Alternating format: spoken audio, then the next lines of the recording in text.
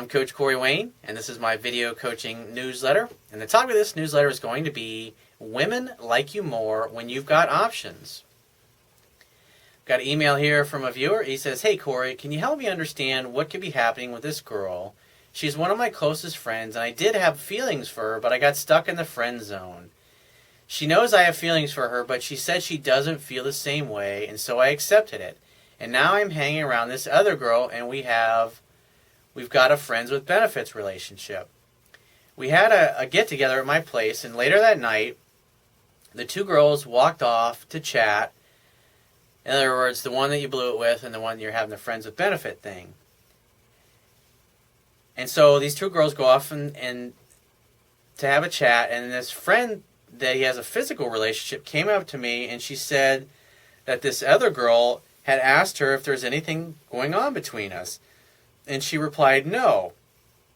Then she also went on about how long we have known each other for, and that we hooked up a few months ago. To later that night, she came and told me this. And I'm a little bit confused on why she would say that to my friend with benefits girl. Because here's the deal. Women like guys that have options. Now let's think about this objectively for a second. In our society, what kinds of men have lots of options with women? The most dominant men, the guys that have something going on for them. Women are naturally more attracted to the most dominant males. They want them, from a biological level, women are driven, and men for that matter, to mate with the most biologically appealing members of the opposite sex. Why? Well, if you're the most dominant male, then obviously you're one of the more successful and more confident males, and therefore your genes are going to be stronger than the timid, weak males who ain't getting any. And so therefore, if she was to mate with the most dominant males, she'll get the dominant genes, and when she gets the dominant genes mixed with her genes, then that should produce strong, dominant offspring. And those dominant offspring should be strong enough to survive till adulthood and reproduce, thereby passing on the genes to the next generation. That, in essence, from a biological level, is what's going on in the mating dance. And so when a guy displays beta male behavior or chasing or pursuing type of behavior, he's acting like a guy who females are scarce in his life, like a guy who doesn't encounter very many of them and doesn't get many dates. And therefore, he's acting like an undesirable male. And so a female's not going to want to mate with an undesirable male biologically just because he's going to have inferior genes, and therefore the offspring would be weaker, and their chances of surviving to adulthood are going to be a lot less than as opposed to her mating with the captain of the football team, so to speak, or a guy who's really successful and acts like a dominant male is supposed to act. And so the way you interacted with her before, this friend of yours that turned you down, is that you may have had a shot with her. She may have found you physically attractive, but your behavior, your body language, the words that you used communicated that you were weak. And therefore, she believed that you were an inferior male. And then all of a sudden, she encounters this girl that you're sleeping and hooking up with, and there's no relationship. It's just you guys are friends and you have sex and you enjoy each other.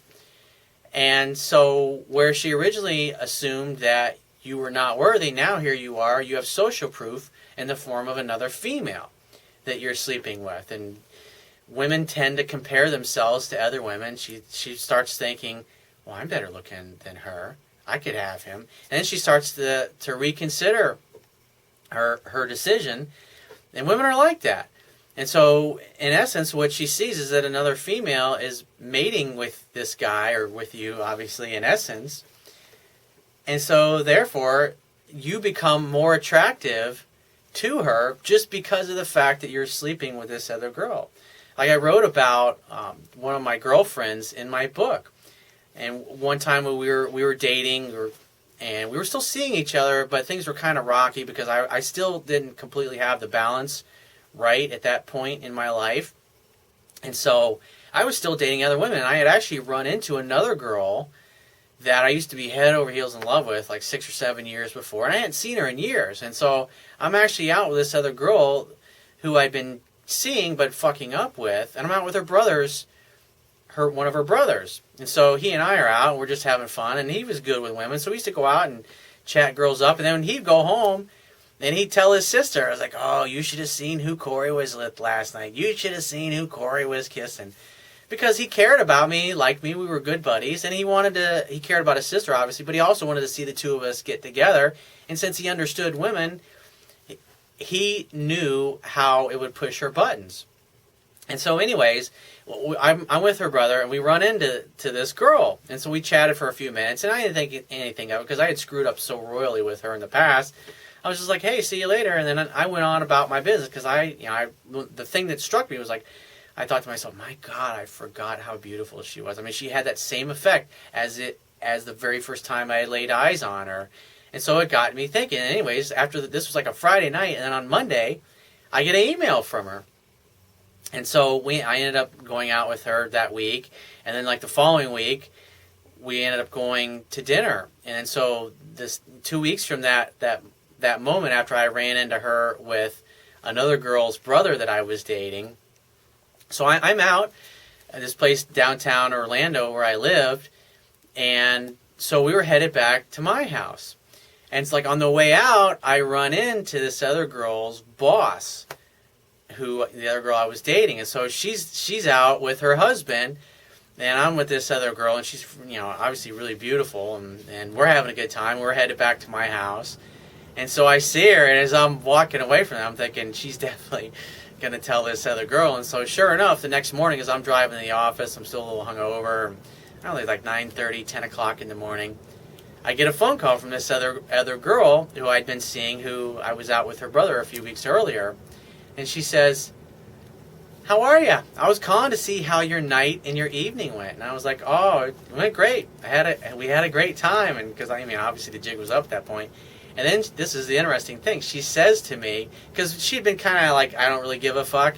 And then all of a sudden she hears that I'm out with this drop dead. She hears it from her brother, like, oh, you should have seen who Corey ran into there. This girl was so hot.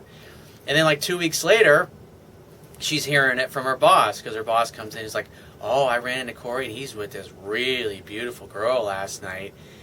And so she goes from, I don't really give a fuck, to, so like the end of the conversation, she's like, well, before you make a decision, I hope you consider all of your possibilities.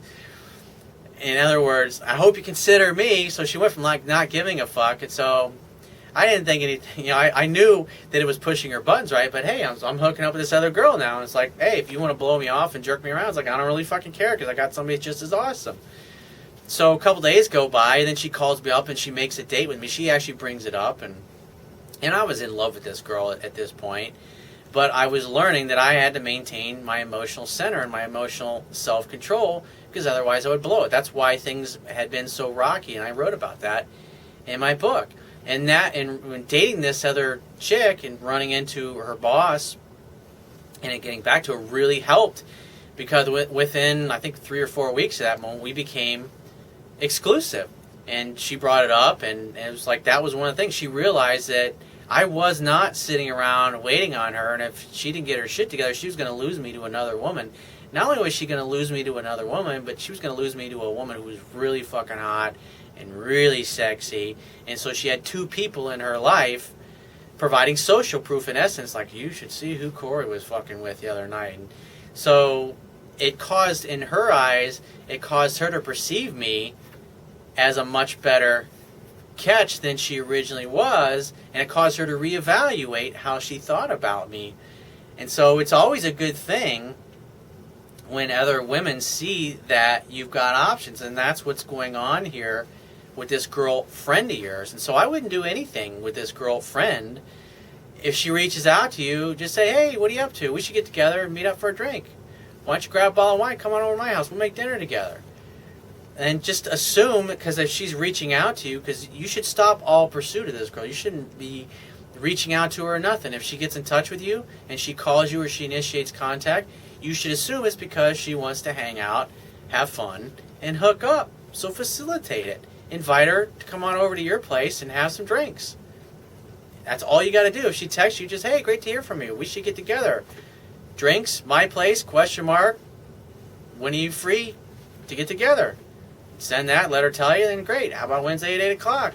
Shoot her your address and say, I'll see you then. And that's all you got to do. And so what's going on in her mind is now she's going to be worried about losing you to this other friends with benefits that you got going on. And she comes over, hangs out, have fun with her, make a move, seduce her. And now you can be sleeping with the friends with benefits and this other girl. That's the best way to approach it. But the best thing you can do for yourself is to have lots of options with other women, because especially women like this that you may have screwed up with in the past, if there's any kind of chance and they know that you're dating somebody that's better looking than them or hotter than them, then all of a sudden you'll find out that they'll be looking at you in a whole different light. It makes things easy for you. So if you have a question you want to ask me, go to my website, click the Contact Me tab, which will be on the left-hand side of your screen. Send me 1 to 2 paragraphs max, and just give me several weeks to get back to you with a response. If you want to talk to me right away, the quickest way to get my help is to book a paid phone coaching session. You can do that by going to my website, click the Products tab, which will be at the top of your screen, and just follow the instructions. And if you appreciate the value of the information I offer in these video newsletters, the articles on my website, or my ebook, you can go to my website right now, and there will be a toolbar at the bottom of your screen. Click the PayPal donate button and donate any amount that you feel is equal to the value of the information. And I will talk to you soon.